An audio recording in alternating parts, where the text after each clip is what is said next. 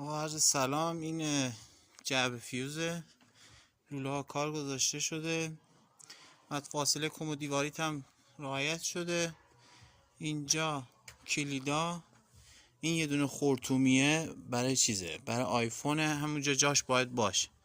بعد انتظارای سقف که رفته بالا 4 تا، انتظارای پایین هم که نصب شده. از بیرون هم که واسه نما گفته بودید یه دونه پریز و کلید دادیم، انتظارش هم رفته بالا. اگه سنگ نما خواستید کار کنید باید خورتومی بچرخه. بعدش یه دونه اینجا دادیم پریز، بعد میشه اینجا واسه تلویزیون، پایینم واسه یه موقع خواستید یه چیزی بزنید به برق اونجا هم داشته باشید. و اینم آشپزخونه زیر سینک، بعد اجاق گاز، بالاش هم سیم هود. بعد اینجا میشه لباسشویی، بالاش هم بین کابینتی.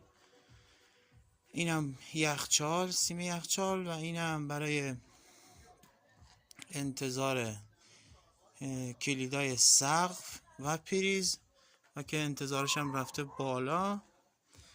بعد این از پذیرایی، این هم که برق کشی توالت و داخلش هم انتظارش تا سقف رفته بالا.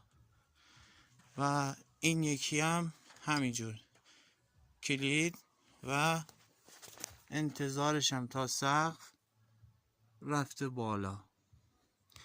بعد این از این و این هم از این اتاق خوابه. این کلیداش انتظار پایین و انتظار بالا. یه دونه هم اینجا پریز دادیم بهتون. این هم از این اتاق خواب و یه دونه هم این اتاق خواب که اینجا یه دونه پریز خورده. بعد اینجا هم که برای همومه، عرض شود که این هم انتظارش